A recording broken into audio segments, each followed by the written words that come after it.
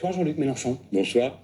Vous avez vu évidemment le retrait massif de candidats du nouveau Front de gauche, vous n'y êtes pas étranger, qui se sont... Nouveau Front populaire, mon cher. De gauche c'est le nom. Populaire, très bien pour l'appellation, qui a donc fait appel au désistement de très nombreux candidats, ce qui fait que arithmétiquement, il est pratiquement impossible que le nouveau Front populaire ait la majorité absolue dimanche soir. Non, je ne le crois pas. Il y a 16 c'est millions d'abstentionnistes et c'est eux qui font la décision. Mais 16 millions, c'est beaucoup. C'est plus de voix que tout le Front populaire, c'est plus de voix que le Rassemblement national. Après, pour ces désistements, il faut bien qu'on se comprenne. Il n'y a pas de désistement. Nous avons retiré des candidatures dès 20h20. Et j'aime pas l'étiquette Front républicain parce qu'on pourrait croire que c'est une alliance. Il n'y en a pas. Ou bien que le nouveau Front populaire a cessé. Il continue. Donc prenons la vie comme elle est. Nous avons refusé de faire la courte échelle au Rassemblement national et maintenant tout le monde a compris qui défend la République dans ce pays. Après, bon, il y a dimanche. Qu'est-ce qu'on espère dimanche? C'est ça que vous me demandez, non? Pour vous, pour votre camp. Voilà. Moi, j'espère un dimanche où on dit vivement lundi pour une fois. Parce que lundi, quand on a 62 ans, on part à la retraite. Parce que lundi, les prix sont bloqués. Parce que lundi, la paye va augmenter. Et je vous le dis, donc, il nous faut une majorité absolue. Le reste n'a pas de sens. Il nous faut une majorité absolue. Il y a 16 millions de gens qui peuvent le faire. Je leur dis, écoutez les gens, c'est vos affaires. Mêlez-vous de vos affaires. Décidez tous ensemble avec le Front populaire ou les uns contre les autres avec le RN. Le reste, ça n'existe pas. Si d'aventure cela existe et qu'il n'y a pas de majorité absolue, le Premier ministre Gabriel Attal, ici même lundi, le président de la République, Emmanuel Macron, appelle de leur vœu une grande coalition, un rassemblement qui rassemblerait tout le monde, du LR jusqu'à tous les partis de gauche, mais pas vous. Ils ne veulent pas de la France insoumise. Oui. Est-ce que ça vous vexe? Est-ce que ça vous surprend? Non, d'abord, commençons par dire que la politique fiction est vraiment une calamité, parce que traiter cette hypothèse, c'est admettre l'idée qu'on a perdu. Nous n'avons pas perdu. Nous pouvons gagner, premièrement. Deuxièmement, les insoumis, la réponse, il faut que vous l'entendiez clairement. Nous, je ne sais pas ce que feront les autres, mais je peux parler pour les insoumis. Nous ne lâcherons rien.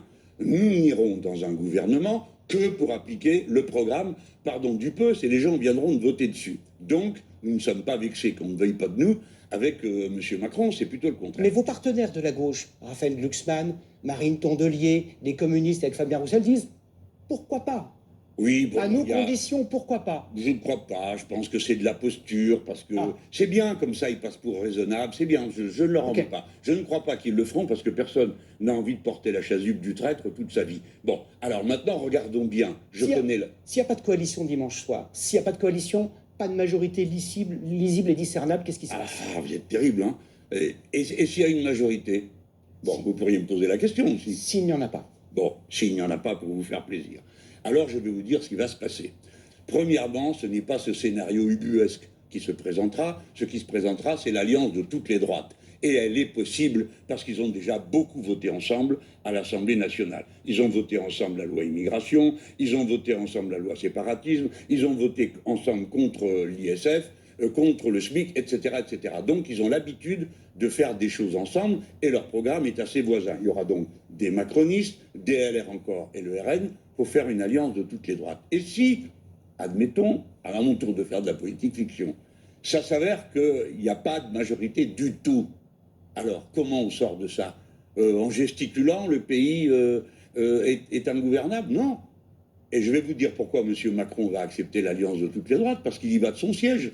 Si il n'y a pas de majorité, la solution pour sortir de l'impasse, c'est que lui s'en aille, ce qui est d'ailleurs assez normal, c'est lui qui est le responsable de la pagaille. À son départ, à sa démission. Mais je dis que ça sera, je vais vous dire, l'histoire a déjà donné un exemple. Alors, j'ai été le chercher loin, mais je l'ai trouvé. 1924, le cartel des gauches. Alexandre Mitterrand. Eh ben oui, c'était il y a un siècle. Hein. Oui, il y a un siècle. Mais les parlementaires qui étaient là n'étaient pas plus bêtes que vous ou moi. Hein. Bon, donc qu'est-ce qu'ils ont fait? Ils ont rejeté tous les gouvernements jusqu'à ce que le président démissionne.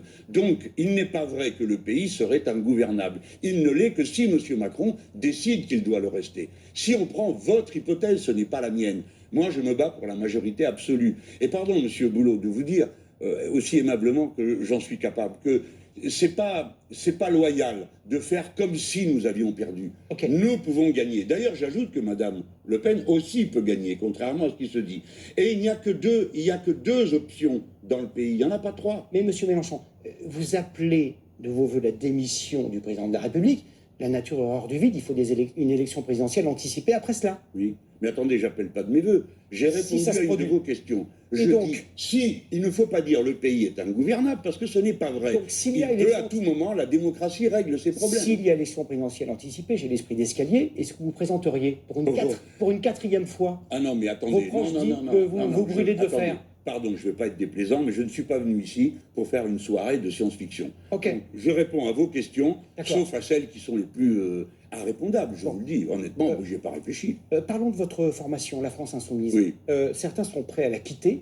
Je voudrais que vous écoutiez ce que disait ce matin François Ruffin. Écoutez, ça vous concerne. Je veux dire, vous regardez, vous l'avez entendu, quoi. C'est Mélenchon, Mélenchon, Mélenchon, Mélenchon, comme obstacle au vote. Qu'est-ce que vous lui répondez? Le boulet, c'est vous? Ah, rien, écoutez, le boulet. 19 personnes insoumises ont été élues dès le premier tour, alors il y a pire boulet que celui-là. Non, je pense que une élection aussi dangereuse n'est pas le moment de régler des comptes personnels. Et lui, en particulier, se met en danger parce que quand il dit « moi je quitte les insoumis », alors même qu'il est sur une circonscription qui a été attribuée aux insoumis et qui l'ont investi, les gens qui votent ne savent plus pourquoi ils votent. Alors, je pense qu'il se met en danger et il a tort. Pour ma part, je ne participerai pas à des Mais règlements. c'est pas la ligne politique de la France Insoumise. C'est vous qui le met en cause, votre Oui, oui, personne, j'ai bien ce compris. qu'il appelle Oui, vos oui. outrances, vos dérapages, vos Oui, déclarations. oui, il ne dit pas lesquels, c'est dommage, il aurait dû. Mais laissez-moi vous dire une chose. Il y a eu 19 personnes qui ont été élues dès le premier tour. Il ne nous rend pas service à tous les autres en se comportant comme il le fait là. Je vous dis, il se met en danger. Et puisqu'il s'agit de moi, j'ai noté que la semaine dernière, il distribuait un tract où on me voyait avec lui dans sa cuisine et on était en train de rigoler. Donc, une semaine pro-Mélenchon, une semaine contre. Il y a une règle de météo politique, Gilles Boulot. Quand le vent souffle fort, il emporte aussi les girouettes. Très bien. Hier soir, ici même à votre place, Marine Le Pen a dit qu'elle sanctionnerait les candidats de son parti qui se sont livrés à des déclarations antisémites, racistes, inacceptables. Est-ce que vous allez faire de même avec vos candidats? Ben, il n'y en a pas. Ah Mais si, elle ah ment. si, Ali Non, non. Diawara. Pardon? Ali Diawara, Seine-Saint-Denis, qui a eu des propos clairement antisémites à l'égard de Raphaël Glucksmann, candidat sioniste, Attendez, dit-il. parce que pour vous, quand on est antisioniste, on est antisémite. Voilà qui est nouveau. Mais si vous voulez bien, d'abord, je réponds à votre question parce qu'elle a de l'importance. Madame Le Pen ment. Elle a passé 2 ans assise à côté d'un homme qui est un libraire qui vend des livres négationnistes, Monsieur Boulot. Je parle de vous, monsieur. Oui, non, mais Monsieur vous avez Mélenchon. commencé par me parler de Madame Le Pen. C'est pour ça que vous répondez. Nous avons eu une personne qui avait fait un tweet il y a 8 ans. 1 heure après que le tweet a été connu, il a été banni. Nous sommes sans compromis et sans la moindre concession à l'égard de l'antisémitisme ou du racisme, parce qu'il y a du racisme pour plus de 45 des candidats de Madame Le Pen. Merci Jean-Luc Mélenchon. Merci de m'avoir. J'espère que tout le monde a bien compris que ce qui est en cause, c'est Merci. 16 millions de personnes qui peuvent aller voter.